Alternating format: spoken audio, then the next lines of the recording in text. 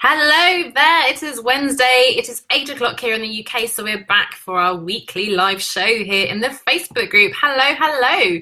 I've got my hair up in a ponytail today, very unlike me. It's just because it is so hot here. It is the most beautiful, gorgeous blue sky weather here in the south of England. And I've been lucky enough to have quite a quiet week this week, so I have been out with my notepad and pen out in the garden and not getting a huge amount of work done, I must say, but it's always good to have a bit of rest and relaxation, isn't it? So for those of you who are new to the group, thanks so much for joining. Welcome. If this is your first live as well, I'm in here every Wednesday evening, as I said, 8 o'clock UK time. If you can't join live, then you can always watch the replay. You can comment and ask questions, and I'll be back to answer after the fact. And we do also upload these videos, by the way, to YouTube a few days later, so you can always catch up there as well. But of course, joining live is a great opportunity to ask your questions, to interact, to see what other people are saying, and so on. So for those of you who are new, my name is Anna Lundberg. I'm the founder of One Step Outside. That's the name of the group here. It's based on the quote, by the way, everything you've ever wanted is one step outside your comfort zone. And this last month, we've been focusing on freelancing. So we're going to have different themes throughout the year, focusing on freelancing because tomorrow, Thursday, is National Freelancers Day here in the UK. I've managed to actually, it's a bit last minute, but I am actually now going to go to the event. I'm really excited because it's focusing on all the things that I believe are so incredibly important for freelancers, but for all of us. So well-being and your finances and managing your business and so on. So really looking forward to that. It's in North London. If anyone is going to be there, then join me and let me know and we can meet in person as well. I'd love to catch up with you. But as I said, I've been focusing on freelancing the past month. And I think a lot of us and a lot of those of you who maybe are freelancing don't necessarily relate to the title of being an entrepreneur, of being a business owner, certainly not a CEO or anything as fancy and lofty as that. But as we'll talk about this evening, I do think, and we did touch on this a little bit last week, that it's important to think like a business a little bit. So we looked at the first week a few weeks ago, why freelance? Why is it such a great way to get that freedom and flexibility, at least as a transition, if nothing else, from the corporate 9 to 5? And sometimes, you know, it doesn't quite afford us the full freedom and flexibility that we want. And certainly when I first started out as a freelance marketing consultant, I was effectively a contractor. So I was still commuting. I still had the so-called 9 to 5 with a lot of overtime in a couple of the cases, and still quite stressful, you know, and still very much office-based and so on. And effectively, I still had a boss because I was there for so long in those contracts. So that's sort of one particular scenario as a freelancer. There are those who are making massive incomes, who are super flexible. There are digital nomads. On Friday, the last Friday of every month, by the way, I have this Fearless Fridays interview. This week we've gone with Kiri Milnick, who was one of the co-founders of the 7 in 7 Digital Nomad Conference. And I was speaking there in October, I believe, in Barcelona. They're doing 7 conferences, 7 years on 7 different continents. So they did Asia, they did Europe, which was the easier one for me. This year they're in Medellin, as apparently it's pronounced, in Colombia. They're also going to be in Antarctica. I'm hoping to catch them in North America. Hello, do say hi if you're watching live. Would love to see who you are and where you're watching from. And by the way, before I get into work, because I've already gone off on a tangent a bit, unlike me, I'm getting quite into the sports. I don't know if you guys are getting involved in whatever's going on. On Saturday, I even got excited about cricket. So we had the, I don't even know what it was, some kind of test series, I guess, but I'm beginning to understand it. Super exciting. England beat Australia in a whitewash by just 1 wicket. I almost understand what that means. That was pretty exciting just there in the last minute. And we also watched the Germany versus Sweden World Cup game the other evening. So exciting. They were in the lead, Sweden.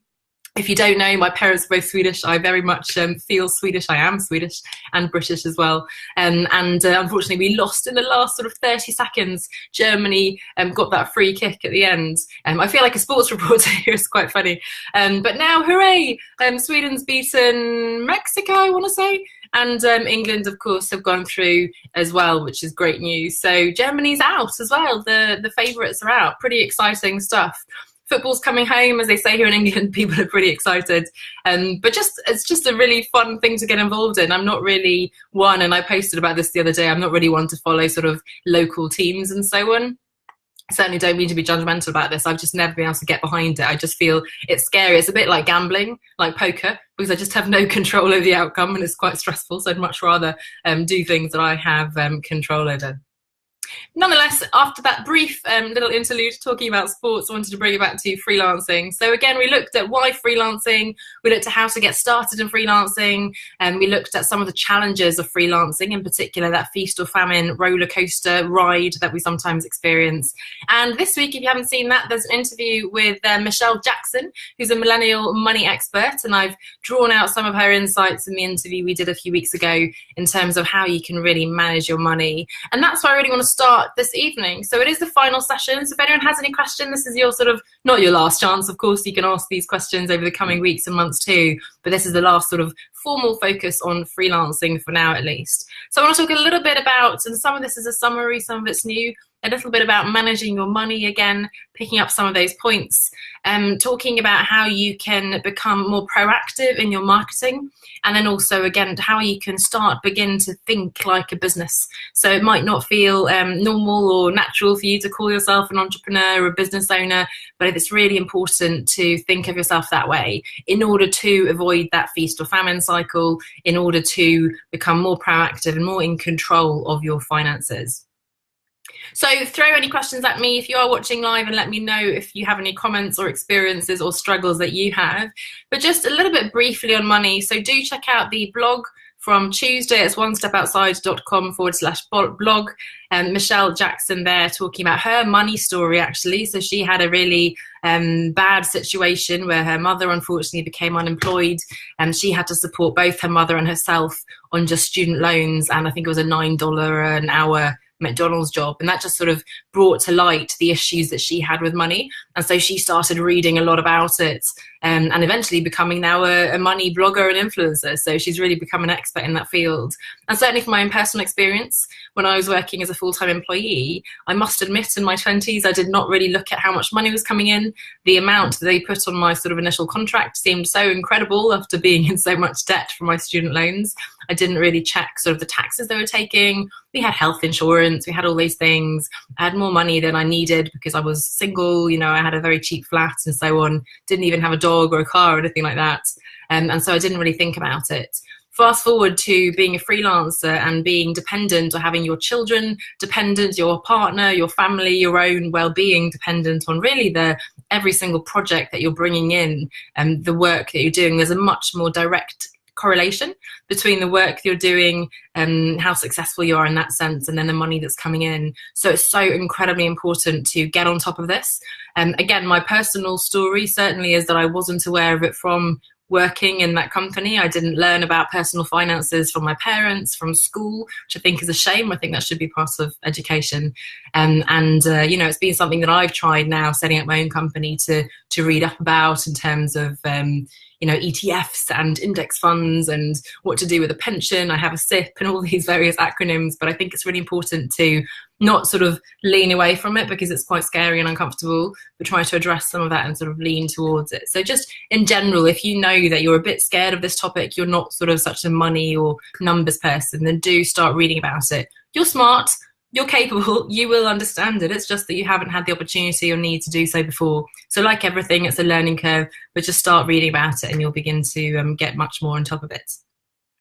Very practically in terms of money, if you are just starting out in particular, hopefully if you're further down the line, you've already done this, I would say you don't have to set yourself up as a limited company, whatever that's called, the corporation in the US, or anything like that. You can be just self-employed. However, 100% recommend that you set up a different bank account. So different business account and card, ideally. It could even be on the same account, same bank, just having sort of a different account for that. You just want to make sure that you're keeping the numbers separate. So that's the first tip, to separate your accounts. And you'd be surprised how few people do that. You want to make sure you see what's going out and what's coming in for your business. The second thing I'd say is to monitor this ongoing. So don't let weeks and months pass without really thinking about it, and suddenly you realize, oh my goodness, I've only had 3 clients now and I can't pay my bills. You want to be 100% on top of this. It can be scary, it can be uncomfortable, but honestly it's much more reassuring, even if the situation is negative, to pick up on those red flags before it becomes an issue, and then you know that you need to hustle more, you need to get more clients and so on, put that effort in, because that does take time. So for me, I have a bit of time on Friday at the end of the week, when anyway things are sort of fizzling out a little bit in terms of my motivation and energy ahead of the weekend, and sort of finance and admin is quite good to block a couple of hours on Friday. So I'll go in, I use Freeagent since the beginning of this fiscal year. So it's a software where I can really track the invoices, send the invoices. In fact, reminders will go out to my clients. I can really see the income that's coming in, the spending. I can see if it's red, if I'm spending more than is coming in. I can chase invoices and so on. So getting on top of that, ideally, if you have some of that software rather than Excel, which I did for 4 years, I'd say. So that was quite old school.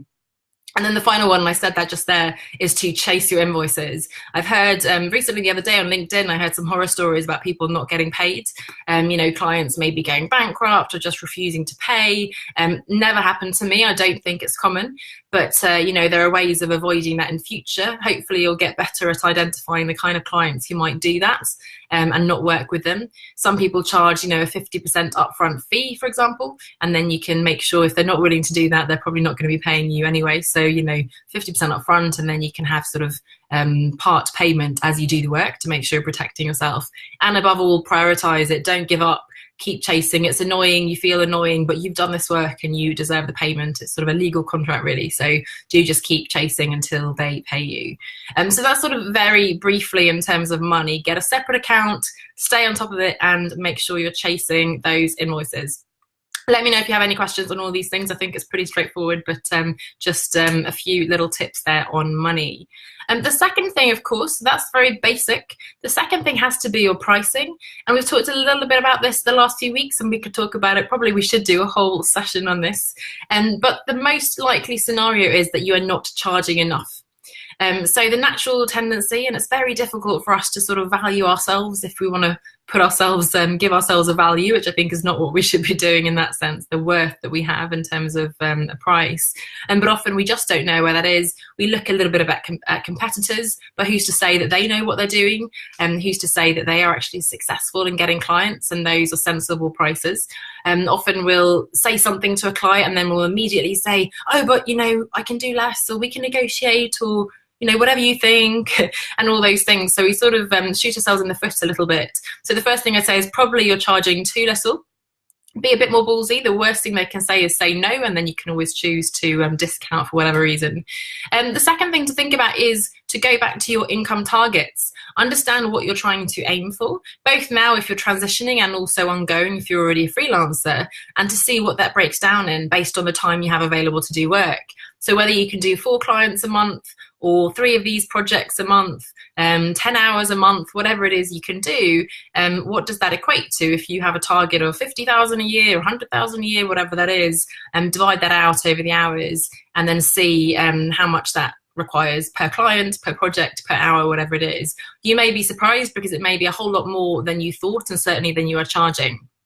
And final one on that one is make sure that you are considering all the additional expenses. So don't just take your salary from your old job and just say, boom, that's what I need. Don't take just, oh, this is the take home pay I want, so that's going to be my rate as well. You have to think about tax. Is it 19% now? Corporation tax in England this new fiscal year has been 20. What else? You have to think about, well, VAT. If you are registered for VAT, maybe you won't be initially. You have to think about health insurance, pensions maybe, not to mention business expenses. So they're quite small, but they do add up. So a website domain and host and all that, the software you're using, the accountant perhaps, the accounting software that I'm using and so on. So again, if your target is making it up 50,000, you might need to add 10,000, 20,000, whatever it is on top of that, depending on the model of your business. So you're probably charging too little. Make sure you start from your goals and then make sure you're adding those additional business expenses. So that's a little bit on money, that's a little bit on pricing, and then the main part, the really important part, which is perhaps a bit unusual, we don't really talk about this, I think, so much as freelancers, is the proactive marketing part and building your business. and thinking of yourself as a business, which I keep saying. So first of all, with the proactive marketing, people always say, how am I going to get these clients? And it's a lot of word of mouth, which is great, but word of mouth is something you're not really in control of. If you've worked with someone, they think you're great, they'll talk about you and so on, great. You can encourage that with testimonials, you can ask for referrals and so on, but that is still just one element. Plus, if you're being successful with word of mouth, how successful won't you be if you can also do other marketing? And again, just being more proactive. So a few little steps. I came up with an acronym, which is a bit old school, VCR, which is the old video players, but there you go, that's what I ended up with. But visibility, credibility, and then relevance. And let me talk you through what I mean. So the first thing is, and if you've ever done any marketing, certainly in my old job, Procter & Gamble, we had the purchase funnel. We had awareness. People need to know that you exist. Consideration, they need to start engaging with you, and you need to become part of their kind of list of brands that they might want to buy from. Then you're actually purchasing, the customer's buying from you, and then you have loyalty and so on. So it's a little bit like that. First thing is visibility. Potential clients have to know that you exist. So there's no point in even getting into, pricing and packaging and how you're going to sell it and so on if they are completely unaware that you are a person in the world on this planet. So number one, they need to know you exist. They need to have visibility of you as a person, as a business. And super simple stuff you can do there, but you can add people on LinkedIn, you can go to conferences and talk to people, you can reach out on Twitter. Obviously that sort of assumes that you know the kind of clients you're going to want to work with, and that again is probably a separate training. But if you know the kind of businesses or individuals, big corporations you want to work with, you can interact with them on one of those social channels, Twitter, LinkedIn, and physically as well in person. So visibility, number one, they need to know you exist. Number two, once they know you exist, they need to know that you are good at what you do, that you're credible, that you have that authority. And again, we're really lucky now because we have all these different channels that we can use to do that. We can simply comment and share things on LinkedIn. We can upload videos to LinkedIn now. I've been doing that. Instagram now, they've just launched IGTV for all of us, roll that out. So we can do longer videos on Instagram. We can post a little stories and images and so on, but we can sort of share our expertise. Certainly if we're a creative entrepreneur, we can of course share our actual photography and work and so on. But that's another channel. You can go on other people's podcasts. So of course in the future you might want to launch your own podcast, but guesting on other people's podcasts is a fantastic opportunity. Do as many as you can in a relevant territory, and you'll not only have more content to share with people, you'll come across as an authority because you're an expert on these sort of interview pieces and so on. And it just gives you, something to share and a good platform before you potentially launch your own podcast. Of course, you can also be a speaker. You can, I know somebody who started a Twitter chat, hashtag, and every Thursday they do sort of an hour-long Twitter chat with people in their particular industry. So that's something else. What else did I write down? Of course, that's my favorite. So posts and articles. I'm a writer, so I always started by blogging. In terms of reaching people, though, when you're starting out, probably you don't have a lot of visitors on your site. But again, you can write either long posts on LinkedIn, for example. You can write blogs now on Medium. It's a platform that's free and has a lot more visitors than your website. And you can write, of course, articles on LinkedIn and so on. I also write on other publications, so if you are a strong writer, absolutely do reach out either to paid work, but also just unpaid work actually to get that traffic and so on. But it's building your credibility, being part of those relevant conversations, LinkedIn groups, Facebook groups. You're becoming more visible, but also you're substantiating that with your authority. You're coming across as an expert. Certainly physical speaking engagements, if that's something that you can do, you're up on stage, you are automatically seen as an expert, as an authority, of course, assuming if you do a good presentation, and rather than just being in the audience. So those are little things that you can do to build your credibility. And then the final piece, maybe a bit force fit with the letter, with the VCR there, relevance. But they need to think that you are relevant to what they do and need. They need to think that you have a solution to their problem. And they need to know what you are selling. And this is, I swear to you, that the biggest mistake I think I've made, that I often just put content out there, value, I've done videos, I've put articles for years and years, without very often saying, hey, by the way, I do coaching. By the way, I now have this group program. So I'm beginning to do that more now, but sales has certainly been an important part of it for me. If you're starting out as a freelancer, nobody knows that you're available. available. They might love to hire you, but they don't even know. So they've seen your name, they know you exist, they think you're credible in your industry, but maybe they think that you're already super successful and busy over there, or you have a full-time job. They just don't know. We get really worried about posting too often, and maybe you get annoyed when we post too often, but normally we're all so busy. Even if we've seen a post, we'll think of we're going to comment or write to someone, we forget all about it. You need to see it a few times as well. So don't worry about posting too often. You do need to remind people, hey, by the way, I'm available for this, that, and the other. I'm looking for a tech company that needs help with their branding, da, da, da. Or as I've done this week after the freelancing focus, I've said, hey, I've got some free strategy sessions for freelancers to work on your strategy, your personal branding, your work-life balance, whatever that is. So we need to keep reminding people as well, let them know what we do, how they can work with us, and how we have a solution to their problem. So that's the proactive marketing, and rather than just sort of sitting around waiting for those clients, we need them to see that we're visible, we need them to see us as credible, and we need them to see us as relevant and having that solution to the problem. And then finally, just want to talk a little bit about this thinking like a business, if that makes sense. The good news about this part is that basically everything we do here in the group, everything we do around business is going to be relevant for you as freelancers too.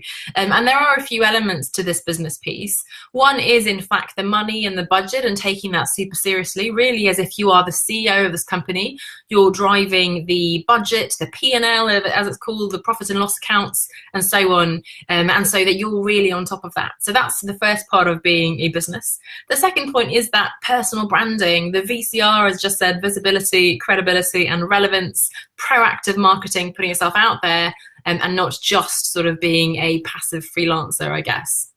But the third part is actually to consider making products, or at least packages. So a few examples perhaps to bring this to life. If I'm a copywriter, and in fact Michelle in the blog interview this week talked about a colleague who was a copywriter. She was a hugely successful copywriter, making 6 figures somehow copywriting. She actually created a course, how to be a freelance copywriter, or some similar, probably more effectively copywritten course. So of course she was already good at what she did, but she's then taken that knowledge and packaged it up into a product that people can buy. That's the so-called passive income that's so desirable for so many of us, but that's one way you can do that. So any kind of thing that you're actually an expert in, if you're a freelance writer, graphic designer, marketing consultant, anything like that, you can actually then package that up as a product to say how to get your first 5 clients, how to make your first £1,000 as a freelance writer, or whatever that is. It can be a small course or something, but spend some time creating some content. It can be a toolkit, it can be a PDF guide, it can be an audio, a 4-part video series, something like that. It doesn't have to be massive. Usually we try to put too much stuff into it, something quite simple, but trying throughout the year, certainly when you have downtime, when you don't have a lot of clients, to create your own content, stuff that you own, that you can sell, that you can build into your personal brand, and not just be dependent on these fickle clients as well. I was thinking of an events organizer as well. So Kiri, in the interview on Friday, actually was an events planner in a tech company in Vancouver, and she became a freelancer. So she went off and she now still helps people organize their events. But above all, she's created this big 7 and 7 digital conference that I mentioned at the beginning. So she has even created her own conference as sort of an additional product on top of running other people's conferences. So it's thinking of those kind of icky words, but very trendy: thought leadership, intellectual property, building your authority, and so on. Just getting comfortable with that, because rather than just being dependent on working for other people, being totally beholden to their deadlines, again, having that kind of feast or famine, because you just don't know when the other client's going to come in, but thinking of how you can package up some of your expertise in products as well. And again, they can be courses, they can be big programs eventually, they can be little audios. Another example is Kayla, who I interviewed here on the blog a few weeks ago, also, or a few months ago, I think now. I also met her at the 7 and 7 conference in Barcelona.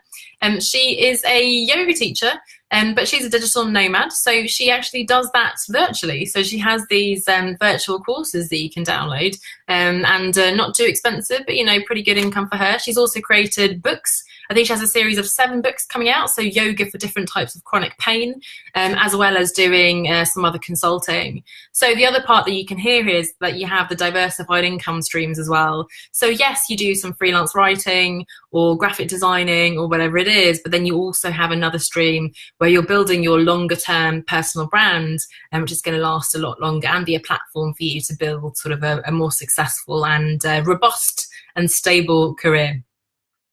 So that's what I want to talk about to round out our focus on freelancing again. If you've missed the past few weeks, then do go back and watch those videos. They're here down below in the news feed. Click on videos, in fact, on the left, and you'll get those. You can watch them on YouTube, subscribe on the channel. I'm Anna S.E. Lundberg over there, Anna Sophia Elizabeth Lundberg. And what else? Well, on Friday, so 2 days from now, if you're not signed up to my email community, let me know and we can pop you in there. There'll be an email with all the latest, putting together some of these insights, putting together the latest interviews and tips and so on. So there's a weekly email on Fridays. Next week, and this is big news, we're going to be looking at a mid-year review. So we are halfway through the year. I know it's gone very quickly. A beautifully sunny summer's day. Midsummer has been and gone. We're getting darker and colder now, unfortunately. No, that's terrible, but unfortunately true. So if you did set some ambitious goals in January, you may be not quite on track, or maybe you are on track, you just haven't realised, you're not celebrating. Next Wednesday, 8 o'clock, same time again, here in the Facebook Live group, we'll do proper structured exercise to sort of work through where we are versus our goals. I am going to National Freelancers Day in London tomorrow. I may pop on here and do a live then from there. I'll certainly be collecting together my insights, and I'll put those in the email for Friday as well if I manage to get it ready by then. And of course, again, if you're watching the replay, let me know.